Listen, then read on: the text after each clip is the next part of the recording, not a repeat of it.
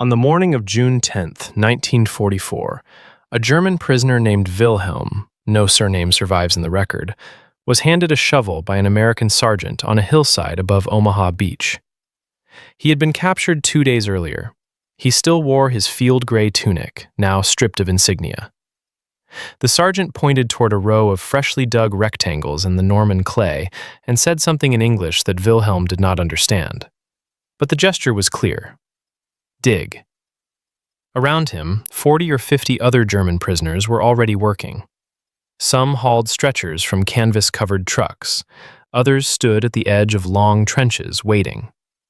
The June sun was already warm, and the smell, that smell, drifted across the bluff in waves. What Wilhelm saw next would stay with him for the rest of his life. Not the bodies. He had seen bodies.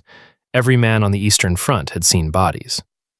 What stopped him was what the Americans were doing with them. A team of soldiers, not combat troops, but men in clean uniforms with rubber gloves and small knives, worked at a row of tables under a canvas awning. Each body was brought to the first table. One man removed grenades, ammunition, anything that could explode. Then the body moved to a second table, where a sergeant carefully cut open pockets. Not ripping, cutting, slowly. He pulled out a wallet, a folded letter, a photograph of a woman holding a baby. He placed each item into a labeled cloth bag. Another man copied something from a small metal tag around the dead soldier's neck. He pressed the tag into a machine that stamped an impression onto a form. A third man inked the dead soldier's fingers, all 10, and rolled them onto a card. Someone else opened the dead man's mouth and sketched his teeth onto a chart. Then, 2 men wrapped the body in a mattress cover, placed a tag on the outside, and carried him to a grave that had been dug to a precise depth. A chaplain stood at the head of the row. He said words over each man. Each one. Wilhelm watched this for hours. He had not eaten since the day before, but he did not think about food. If you think the men who built this system, and the soldiers they brought home, deserve to be remembered, a like and a subscribe help this story reach the people who care. What Wilhelm had just witnessed was the work of the 607th Quartermaster Graves Registration Company, 3rd Platoon. They had landed on Omaha Beach at 15:30 on D-Day, roughly 9 hours after the first wave hit the sand. They carried no rifles heavier than a carbine. They brought no ammunition crates. What they brought was 200 wooden crosses, a stack of blank forms, rubber gloves, fingerprint ink, and a machine that could stamp a dead man's identification tag into government paper. Their mission was not to fight. Their mission was to make sure that no American who died on that beach would ever become unknown. This was not improvisation. This was a system, designed, tested, and deployed with the same logistical seriousness the Army applied to ammunition supply and fuel distribution. The Army called it the Graves Registration Service. It had existed in some form since the Civil War, but what it became by 1944 was something no military in human history had ever built. An industrial-scale promise that every single dead soldier would be found, named, documented, and sent home. Every single one. Hold that idea, because to understand why this system haunted the German prisoners who watched it work, and it did haunt them for decades, you need to understand what it looked like from the other side of the wire. Not from the American side, where it was policy. From the German side, where it was something else entirely. By June of 1944, the Wehrmacht had been at war for nearly 5 years. It had buried men in Russia, in North Africa, in Italy, in France, in Norway, in the Balkans. It had started the war with its own identification system, the Erkennungsmarke, an oval zinc disc worn around the neck, perforated down the middle so it could be snapped in half. One half stayed with the body. The other half went to headquarters. It was a good system in 1939. But by the summer the Allies landed in Normandy, that system was broken. Not bending, broken. and the men standing in that Norman field with shovels in their hands, the men digging graves for Americans they had been trying to kill 4 days earlier, knew exactly how broken it was. They knew because many of them had watched their own dead left behind in the snow outside Stalingrad, in the mud of the Dnieper crossings, in the rubble of Casino. They had watched their army stop collecting the half-tags, stop filing the reports, stop telling the families. And now they were watching Americans ink the fingerprints of a dead private, a man no one in Germany would have bothered to bury, and write down the name of the woman in his wallet photograph. The question that hung over that hillside, the question that would follow these men home to a shattered Germany, to decades of silence, to grandchildren who never asked, was not about the dead Americans at all. It was about their own dead, the ones nobody came back for. On the 7th of June, 1944, one day after the landings, a sergeant named John Gruesome earned his nickname. That was not his real name. His real name does not appear in the unit history. But the men of the 607th called him Gruesome because he was the first man on the stripping line every morning and the last to leave every night. And he never once looked away. The stripping line was where the dead arrived. It was set up on the bluff above the beach, behind a canvas screen, so that passing troops would not see what happened there. The bodies came in on stretchers, on doors ripped from Norman farmhouses, on the hoods of destroyed jeeps, sometimes carried over the shoulders of men who could not find anything flat. They came stiff, and they came broken, and they came in pieces. And the men of the 607th treated every one of them the same way. First table, weapons and ordnance. A soldier checked for live grenades, still pinned, or worse, unpinned and held in place only by the weight of a dead hand. He checked pockets for loose rounds. He removed the helmet and set it aside. This was not reverence. This was survival. A body that exploded on the stripping line would kill the men trying to honor it. Second table, identification. This was where Gruesome worked. He used a thin blade, the army called it a stripping knife, to open every pocket without tearing the fabric more than necessary.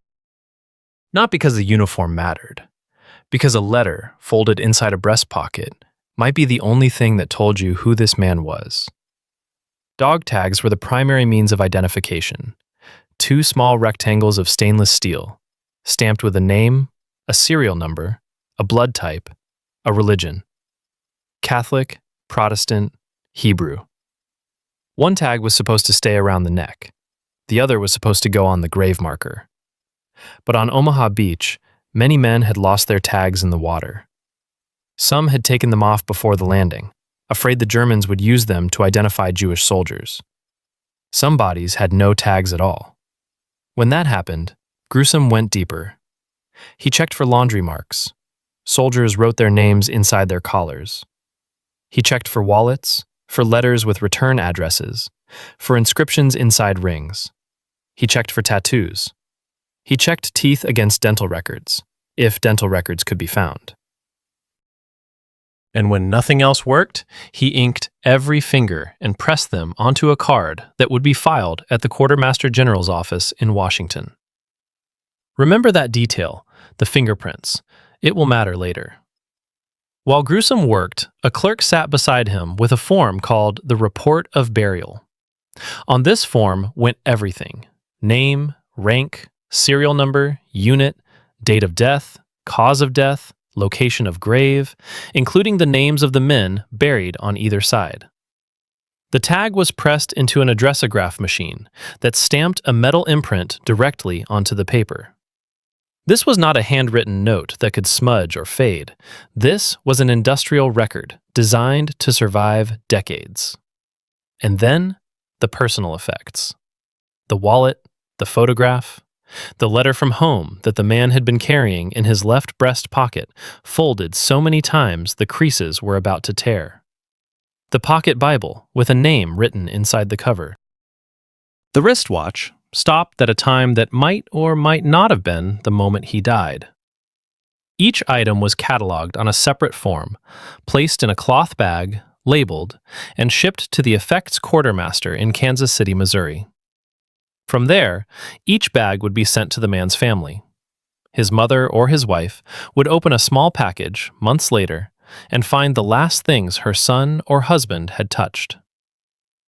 The 607th processed 457 bodies in their first 3 days. By the end of June, 2nd and 3rd platoons alone had buried over 1,500 Americans and 200 Germans. Because the system did not stop at the wire, when time and resources allowed, the GRS buried enemy dead with the same procedure: identification, documentation, a marked grave. Not always with the same fullness, not always with fingerprints or dental charts, but with a cross, a location, and whatever name the Erkennungsmarke provided. This fact, that Americans documented and buried their enemies' dead, is the part of the story most people have never heard. And it matters because it explains something about the expression on the faces of the German prisoners who watched it happen. They were not watching a funeral. They were watching a machine built on a single proposition that the Wehrmacht had abandoned somewhere on the road between Moscow and Stalingrad, that a dead man still has a name. By the 3rd week of June, the 607th was running out of crosses.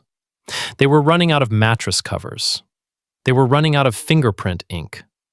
They sent emergency requisitions, and the supplies came, not in days, in hours.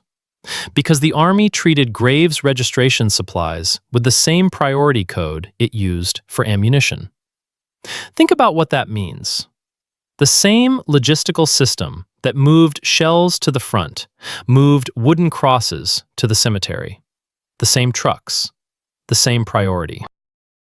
The dead were not an afterthought, they were a line item. And somewhere in the hills of Normandy, a German officer who had been captured near Sainte-Mère-Église was watching this happen and writing something in the margin of a letter he would send home 3 months later. What he wrote would not surface for decades, but when it did, it confirmed what the men of the 607th had suspected all along. The Germans were not just watching, they were counting. In the autumn of 1939, a 20-year-old clerk named Gerhard Sturzbecker reported to a Wehrmacht induction center in eastern Germany. He was a teacher by training. He did not like war. But the war did not ask his opinion. The first thing the army gave him was not a rifle. It was a small oval disc, about the size of a man's thumb, stamped from aluminum. The disc had a groove running across its center, a perforation so it could be snapped in two. On both halves, identical markings: his unit, a number, and after 1941, his blood type. The upper half had 2 holes for a cord that went around his neck. The lower half had 1 hole. The instructions were simple. If Gerhard Sturzbecker was killed, a comrade was to break the disc along the perforation. The lower half would be collected and sent to his regiment's headquarters. From there, it would travel to the Wehrmacht Information Office in Berlin, the WAST, where a clerk would update his file and a letter would be sent to his family. The upper half would stay with his body, so that when the grave was eventually found, the dead man could still be identified. This was the Erkennungsmarke. Germany had invented it. Not in this war, in 1869, 7 decades earlier. Germany was the first nation in Europe to give its soldiers a formal means of identification in death. The system was thorough. It was respected. Other European armies copied it. The 1906 Geneva Convention was partly written around it, and for the first 2 years of the war, it worked. When a German soldier fell in Poland, or in France, or in Norway, the procedure held. The half tag was collected, the body was buried with the other half, a wooden cross marked the grave. A report was filed. The family received a letter, formal, cold, but definitive. Your son died on this date at this place. He is buried here. The disc number matches. Closure is a small word, but for a mother in Stuttgart or a wife in Hamburg, it was the difference between grief and madness. Grief has a floor. You can stand on it. Madness, the not knowing, has no floor at all. Gerhard Stürzebeker survived Poland. He survived France. He was sent east in 1941, and somewhere between the Bug River and a place whose name his daughter would never learn, the system that was supposed to track him began to fail. Not all at once, not with a single order or a single battle. It failed the way a roof fails, one shingle at a time, until the rain comes through and there is nothing left to fix. The first crack was volume. In the opening months of Operation Barbarossa, the Wehrmacht advanced so fast that burial details could not keep up. Bodies were left in fields for days, then weeks. Identification tags were collected when possible, but when possible meant when someone had time, when someone was nearby, when someone cared enough to kneel next to a dead man in a ditch and snap a piece of aluminum in half while artillery fell around him. The second crack was retreat.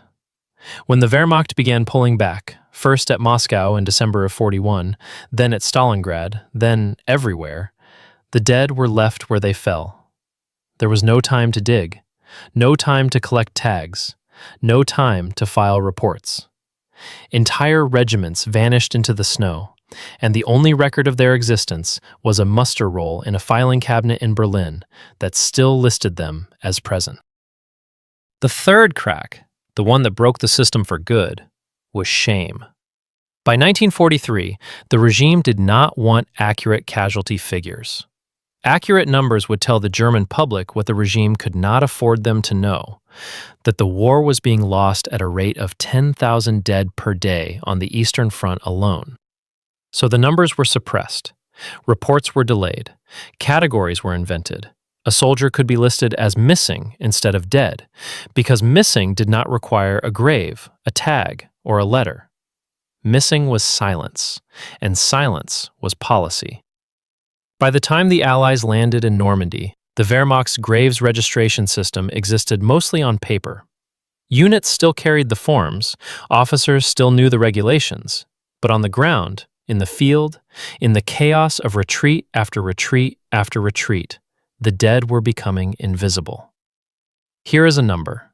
Hold it in your mind, because it is the number that makes everything else in this story make sense. 1,200,000. That is how many German soldiers vanished during the Second World War without a confirmed death, without a known grave, without a tag returned to Berlin. 1.2 million men, sons, fathers, husbands, teachers like Gerhard Stürzebeker, who simply disappeared. Their families received no letter, no package of personal effects, no location to visit, nothing. Gerhard Stürzebeker was one of them. He was captured by the Soviets in 1945 and sent to a prison camp in Austria. His 10-year-old daughter, Diethild, and her mother never heard from him again. No letter, no tag, no grave. Decades later, Diethild, now in her 80s, still kept his last handwritten letter in a binder. She told a reporter, "The worst part was that we never knew what happened to him." She still thought about him every day. And 3,000 miles to the west, in a warehouse in Kansas City, Missouri, the American Army was doing something that no one in Germany could have imagined. They were packaging the personal effects of dead American privates, every wallet, every photograph, every letter, and mailing them home to families who would know, with certainty, where their sons were buried and what they had been carrying when they died. The German prisoners who worked the American cemeteries knew none of these Kansas City details. But they did not need to. They could see the difference with their own eyes. And what they were beginning to understand, digging American graves with German shovels, was something far worse than defeat. In the winter of 1945, a woman in Chillicothe, Ohio, opened her front door and found a small package on the step. It was wrapped in brown paper. It had no return name, only a printed label from the Effects Quartermaster, Kansas City, Missouri. She knew what it was before she opened it. Inside was a cloth bag. Inside the bag was a wallet, a wristwatch with a cracked crystal, a brass lighter with initials she had engraved herself 2 Christmases ago, a photograph of her standing in front of their house, the house she was standing in now, and a letter. Her own letter. The one she had sent him in October. He had been carrying it in his left breast pocket when he was killed near Aachen on the 6th of November, 1944. She sat on the floor of her hallway and read her own words back to herself. This package existed because of a system that most Americans have never heard of. When a GRS team processed a dead soldier on the stripping line, every personal item, no matter how small, was placed in a bag, cataloged on a form, and shipped to a central depot in Kansas City. There, a team of clerks, many of them women, matched each bag to the soldier's next of kin. They checked every item against a list. They removed anything the Army deemed unsuitable for a grieving family. Photographs of other women, letters that might cause pain, contraband. Then they repackaged the remaining effects, addressed the parcel, and mailed it home. The scale was staggering. By the end of the war, Kansas City had processed the personal effects of more than 280,000 dead Americans, 280,000 wallets, 280,000 last letters, 280,000 watches that had stopped. Each one went home. Now hold that against what a German mother received. If her son was killed in 1940 or 41, the early years when the system still functioned, she might get a letter from his commanding officer. She might get his Erkennungsmarke forwarded through channels. She might even learn where he was buried. But she would almost never get his personal effects. The Wehrmacht had no equivalent of Kansas City. There was no centralized depot, no clerks matching wallets to widows. A dead soldier's belongings were typically collected by his unit, if they were collected at all, and either redistributed, lost, or thrown away.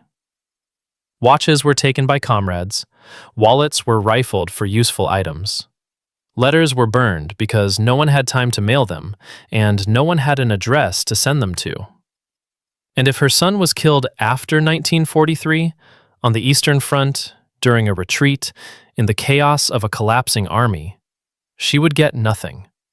Not his effects, not his tag, not a letter, not a location. She would get silence. And the silence would last for the rest of her life. This is what was visible on the faces of the German prisoners working the American cemeteries. Not shock, not even sadness. Something quieter, something closer to recognition. They recognized the watch on the dead American's wrist, because they had worn one too. They recognized the photograph in his pocket, because they had carried one too.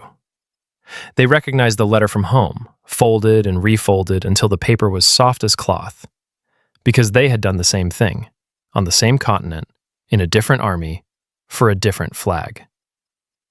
The difference was not in what the soldiers carried. Every soldier in every army carried the same things.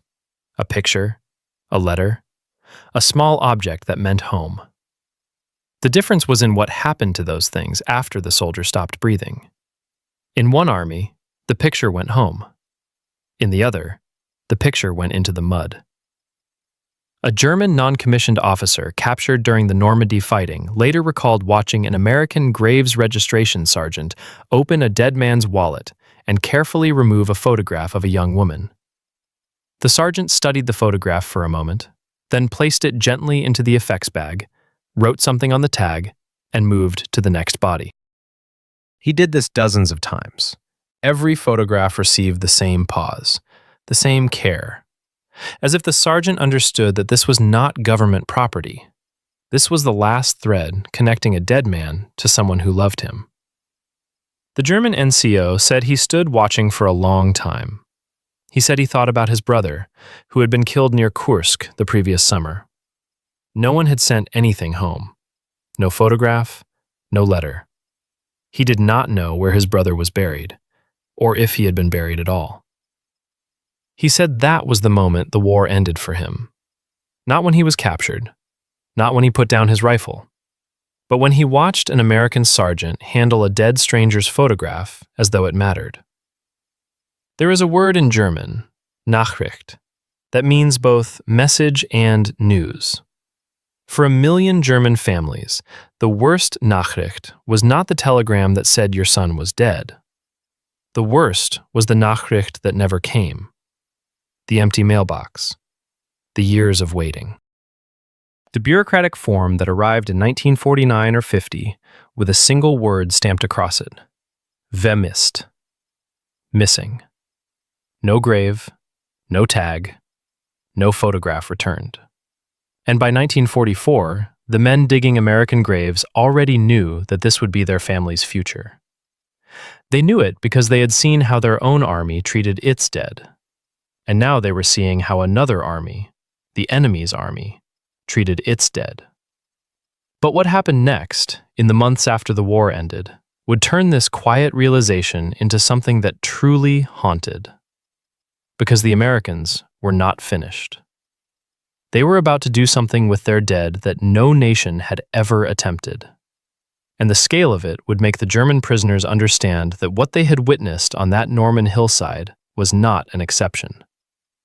It was a promise. In December of 1944, the German army launched its last major offensive in the West. 200,000 men, 1,000 tanks, and every reserve the Wehrmacht had left poured through the Ardennes forest in Belgium, smashing through thinly held American lines in what would become the Battle of the Bulge. For the Graves Registration Service, the Bulge was the worst month of the war. Between the 17th of December and the 16th of January, a single GRS unit buried 3,159 American dead. The ground was frozen solid, temperatures dropped below zero, picks shattered on the earth. Pneumatic drills were brought in to break through frost that went 18 inches deep. And still the bodies came, by truck, by stretcher, by sled, stacked like timber because there was no room to lay them flat. Here is where that detail about the fingerprints comes back. When a man dies in the cold and his body freezes, his fingers become rigid. The skin contracts. The prints, those unique whorls and ridges that prove a man is himself and no one else, become unreadable. A frozen finger pressed into ink leaves nothing but a smear. The GRS men in the Ardennes discovered that they had to carry the dead into heated rooms, farmhouses, barns, anywhere with a fireplace, and let the bodies thaw near the flames until the hands softened enough to be inked. Some men sat beside the dead for hours, periodically testing the fingertips, waiting for the skin to yield. Think about that. It is the middle of the largest German offensive since Normandy. American units are surrounded, supply lines are cut, men are dying in firefights 2 miles away. And in a barn in Belgium, a Graves registration sergeant is sitting next to a dead soldier by a fire, holding his hand, waiting for the fingers to thaw. Because the system requires prints, and the system does not make exceptions. This was not heroism in the way the word is usually used. No one would receive a medal for warming a dead man's hands, but it was something that the German prisoners assigned to the GRS clearing stations could not stop watching. Because they knew, every one of them knew, that their own army would not have done this. Not in 1944. Not for a private. Not for anyone. In January of 45, the GRS teams in the Ardennes were given a special assignment. 84 American soldiers had been captured near the crossroads at Malmedy on the 17th of December. They had been lined up in a field and machine-gunned by soldiers of the 1st SS Panzer Division. Their bodies had lain in the snow for over a month, while the area remained in German hands. When American forces retook the ground, the GRS was called in, not only to bury the dead, but to document every wound, every bullet trajectory, every position in which the bodies had fallen. The men of the graves registration team worked for days. They photographed each body. They mapped the field. They recorded which direction each man had been facing, toward the guns or away. Their findings became evidence in the war crimes trials that followed. The dead could not testify, but the GRS had made them speak. Now, from the German side of this story, imagine what that information meant to the prisoners who heard about Malmedy. Every German soldier captured after December of '44 knew that the Americans knew. The documentation was not just for the families. It was for history. It was for justice. The Americans were building a record so complete that even a crime committed in a frozen field in Belgium would be answered. Meanwhile, the 611, Major Joseph Schauman's 611th Quartermaster Graves Registration Company, was moving east with the advance. They had been together since Fort Francis E. Warren in Wyoming.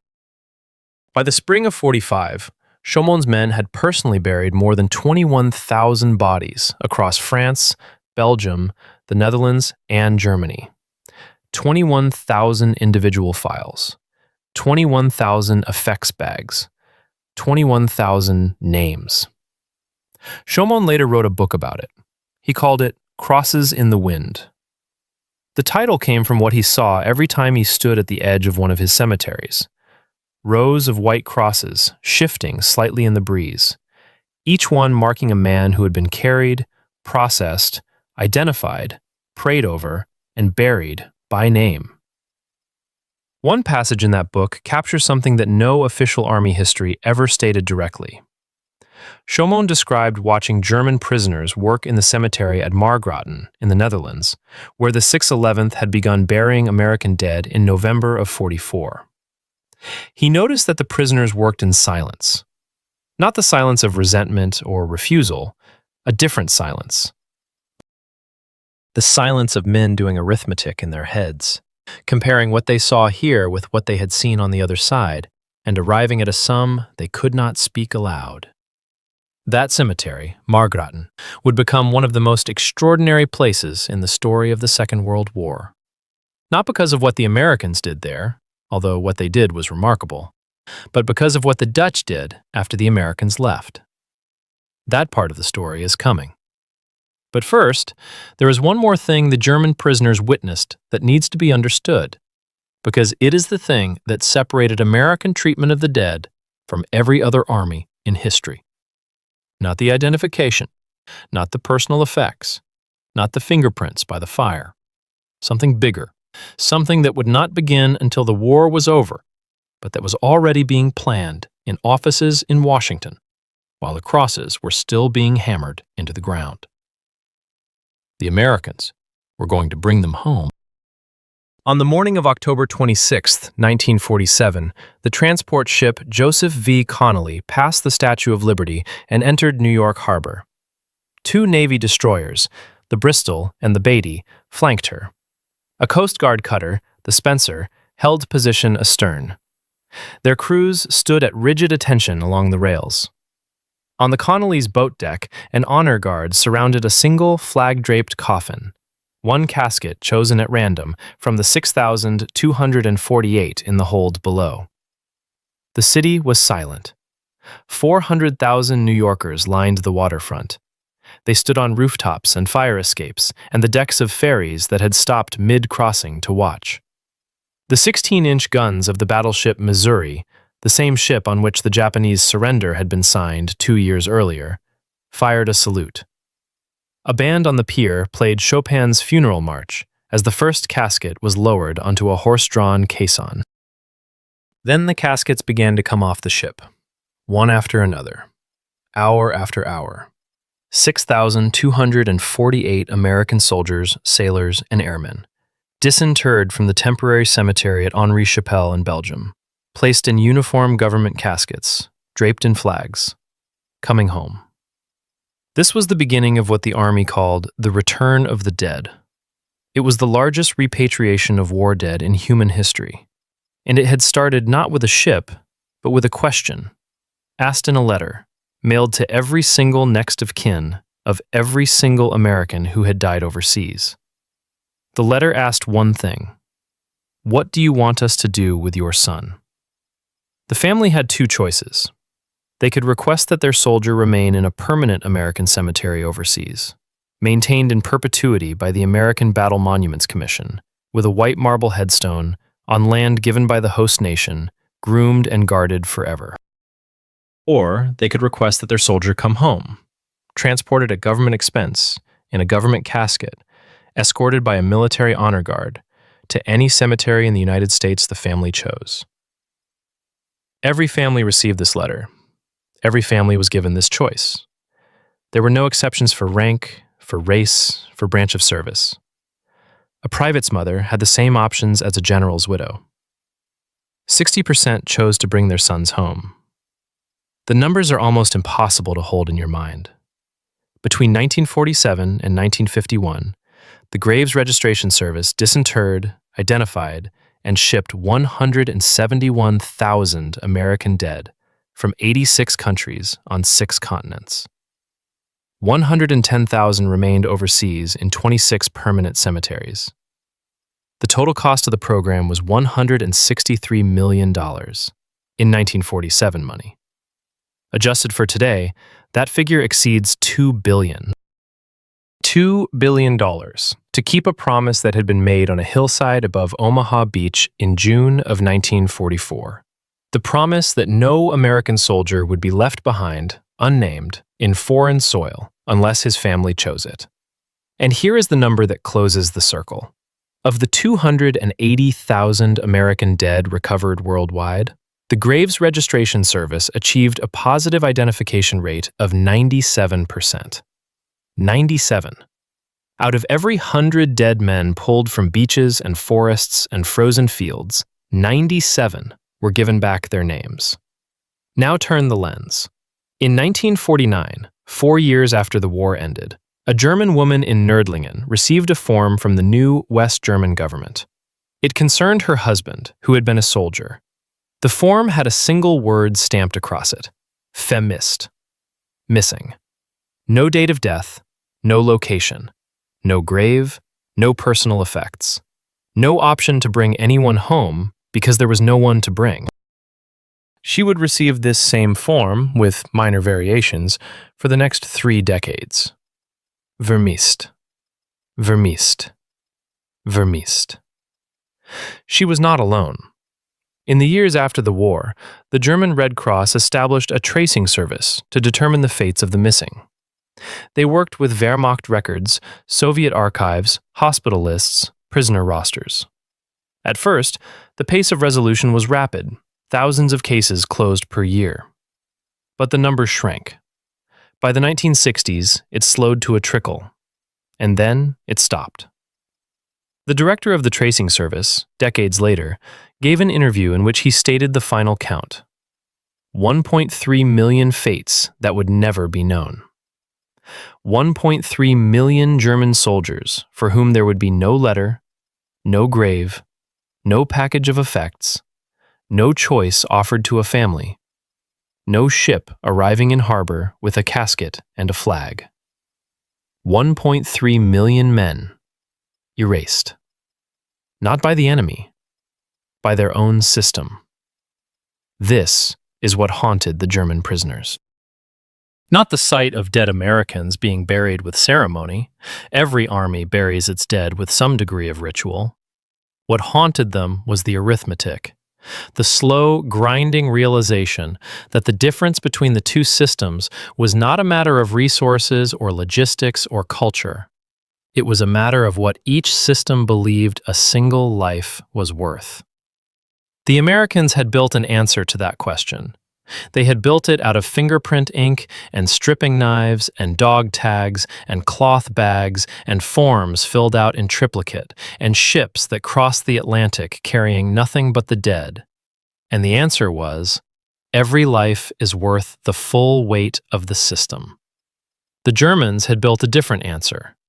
And by 1944, the German prisoners standing in American cemeteries already knew what it was. But there is one more chapter. Because the story of how the Americans honored their dead does not end with the return of the dead.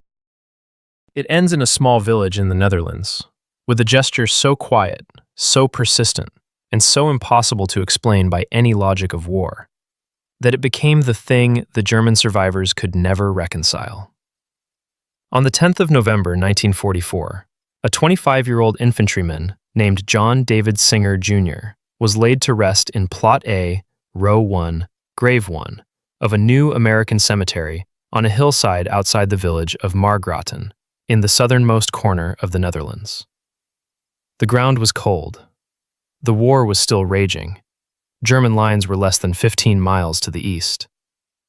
The men of the 611th Graves Registration Company who dug the grave worked under occasional shell fire. They placed a white wooden cross at the head of the grave and moved on to the next one, because there were hundreds more coming. Within weeks, the cemetery filled. Within months, it held thousands. The villagers of Margraten, farmers, shopkeepers, school teachers, watched from behind their fences as trucks arrived daily with flag-draped stretchers. They watched the American Graves registration men work in the rain, in the mud, in the bitter cold of the worst European winter in memory. They watched the chaplains pray over each man. They watched the crosses multiply across the hillside, until the field looked like a crop that had been planted overnight.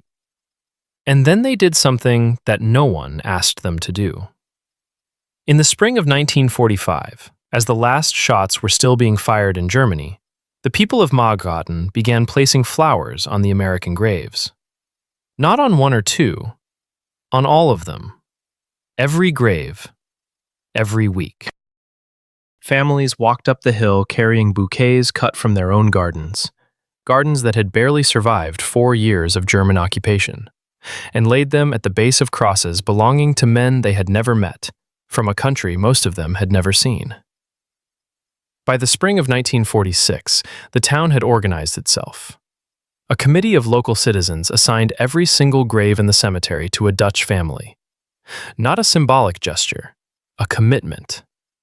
Each family agreed to care for their adopted grave, to bring flowers, to clean the headstone, to learn the name of the man buried there, and to keep his memory alive.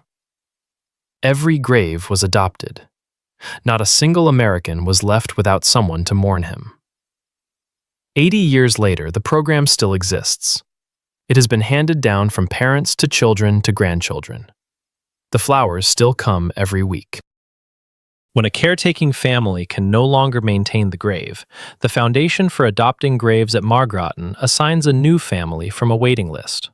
That waiting list, as of the last count, has more than 700 names on it. It had to be closed because too many people wanted to participate. Think about what that means. In a small Dutch village in the 21st century, there are families waiting in line for the privilege of placing flowers on the grave of an American soldier who died in 1944. Ton Hermes and Maria Kleinen are two of those families. They care for the grave of Second Lieutenant Royce D. Taylor, a 23-year-old bombardier from the United States, killed when his B-17 was shot down over Germany in December of 1943. Hermes and Kleinen visit the grave regularly. They bring flowers on Taylor's birthday. They researched his life, found his family in America, and formed a friendship that has lasted years. Taylor's grandson once traveled to Margraten to see the grave. He stood there for a long time. Then he said, "I cannot care for my grandfather the way they can." Now walk 14 kilometers to the west. There is another cemetery near the village of Lacombe. It holds 21,222 German dead from the same campaign, the same summer, the same fields. The stones are not white marble. They are dark, flat rectangles, set flush with the ground. Most bear not one name, but 2, or 3, because the graves are shared. Some bear no name at all, only the word unbekannt, unknown. At the center of the cemetery is a grass-covered mound, a mass grave containing the remains of 296 German soldiers whose bodies could not be separated or identified. No Dutch family has adopted a grave at Lacombe. The cemetery is maintained by the Volksbund Deutsche Kriegsgräberfürsorge, The German War Graves Commission, a volunteer organization funded by donations. They do good, careful work. The grass is trimmed, the stones are clean. But there are no flowers on birthdays. No families who have researched the dead man's life and found his grandson in Bavaria. No waiting list of 700 people hoping to care for a stranger's grave. The difference is not about the Dutch or the Germans or even about the war. The difference is about what was built before anyone arrived at that hillside. The Americans had built a system that turned every dead soldier into a person with a name, a file, a family, and a home to go back to. That system made it possible for Dutch families to adopt a grave because there was a name on the stone and a story behind the name and a family across the ocean who could be found. The German dead had none of that. They had a disc snapped in half, if someone had remembered to snap it. They had a number in a filing cabinet, if the filing cabinet had survived the bombing. They had a grave marker, if there had been time to make one. And for 1.3 million of them, they had nothing at all. A German veteran of Normandy, a man who had been captured in June of '44 and spent years as a prisoner before returning to a country he barely recognized, is reported to have visited both cemeteries decades after the war. He stood at Margraten and watched a Dutch woman lay flowers on a white marble cross. Then he drove to Lecombe and stood among the dark, flat stones and said nothing for a very long time. What he was thinking, he did not say. But the people who were with him said he wept. He was not weeping for the Americans. On a hillside above Omaha Beach, in the summer of 1944, a German prisoner named Wilhelm put down his shovel and watched an American sergeant place a white wooden cross at the head of a freshly dug grave. The sergeant knelt. He pressed the cross into the earth with both hands, making sure it was straight. Then he pulled a small metal tag from his pocket, the second dog tag, the one that did not stay with the body, and nailed it to the crosspiece.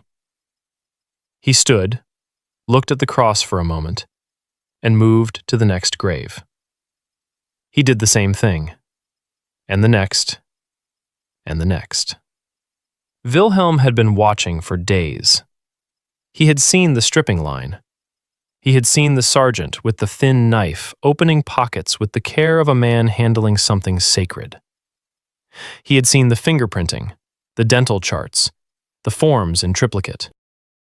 He had seen the effects bags, the wallets, the photographs, the letters, sealed and labeled and stacked for shipment to a place in America he would never see. He did not know that those bags would reach the families. He did not know that one day ships would cross the ocean to bring these men home. He did not know that Dutch families would adopt these graves and tend them for 80 years. He did not know any of the things that would make this system extraordinary in the decades to come. But he knew enough. He knew that his own brother had been killed on the Eastern Front in '43, and that no one had sent anything home. He knew that his regiment had left 200 dead in a field near Zhytomyr because there were no trucks and no time. He knew that the Erkennungsmarke around his own neck, the one he still wore out of habit, even as a prisoner, was made of steel now because the Reich had run out of aluminum and zinc, and that the steel would rust in the ground, and that if he had been the one killed instead of captured, the tag might have been unreadable within a year. He knew that the system he had served had stopped counting its dead, and he knew that the system he was now watching had not. That was what haunted him. Not the ceremony, not the crosses, not the chaplain's prayers. Those were the visible things, the things a visitor sees when he walks through the Normandy American Cemetery today, between rows of white marble headstones so precisely aligned they seem to converge at infinity. What haunted him was the invisible thing, the decision, made somewhere by someone long before the first shot was fired, that every man who wore the uniform would be brought back, that his name would be recorded, that his fingerprints would be taken even if his hands had to be warmed by a fire, that his wallet would be opened, and his wife's photograph would be placed in a bag and mailed across the ocean to a woman who was already dreading the knock on her door. That he would not disappear. That he would not become 1.3 million. After the war, the German prisoners went home, those who had homes to go to. They returned to cities that had been bombed flat, to families that had been scattered, to a country that could not speak about what had happened and would not speak about it for decades. Most of them never talked about what they had seen in the American cemeteries. It was not the kind of story a defeated man tells. It was too close to something that felt like accusation. Not from the Americans, but from their own dead. Gerhard Stürzebeker's daughter, Diethild, lived to be 83. She never learned where her father was buried. She never received his personal effects. She kept his last letter in a binder and told a reporter that she still thought about him every day. In Margraten, a Dutch woman named Mabel File's grave adoptee, her husband, Private Warren File of Alabama, rests beneath a white marble cross that has been tended by Dutch hands for 80 years. Mabel wrote to the mayor of Maastricht in 1945 asking for a photograph of the grave. The mayor's family adopted it. When the story was published, hundreds of other Dutch families came forward asking to do the same. The waiting list has never been empty since. At the Normandy American Cemetery in Colleville-sur-Mer, 9,387 Americans lie in rows above the beach where many of them died. Each headstone bears a name, a rank, a unit, a date, a home state. Each man was processed by the Graves Registration Service. Each man was offered home. Each family was given the choice. Across the road at Le Combe, 21,000 Germans lie under flat, dark stones. Many share a grave. 296 share a mound. Thousands are marked Unbekannt. The distance between the two cemeteries is 9 miles. The distance between what they represent cannot be measured. What haunted the German prisoners was the simplest thing in the world. It was the sight of an army that refused to let its dead become no one, and the knowledge that their own army already had. Thank you for staying with this story for nearly an hour. These are the kinds of histories that deserve to be remembered, not the grand strategies or the famous battles, but the quiet moments where you see what a nation truly believes about the people who fight for it. If this story moved you, a like helps it reach the next person who needs to hear it. Subscribe and hit the notification bell so you don't miss what's coming next. I'd love to know, where are you watching from today? And if someone in your family served in the Second World War, tell their story in the comments. These men deserve to be remembered by name. That was the promise, and it still holds.